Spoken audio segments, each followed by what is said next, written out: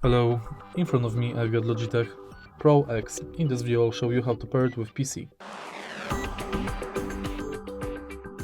If your PC is farther than 30 centimeters, the producent recommends connecting firstly the transmitter to this cable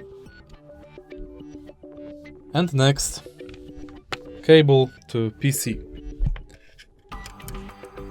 Thanks to this connection, you will make sure that the transmitter is not farther than 20 centimeters than mouse.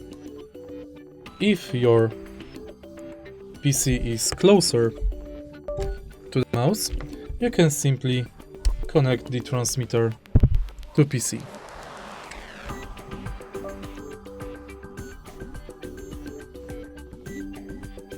And it's done. If you find this video helpful, please leave like, comment and subscribe.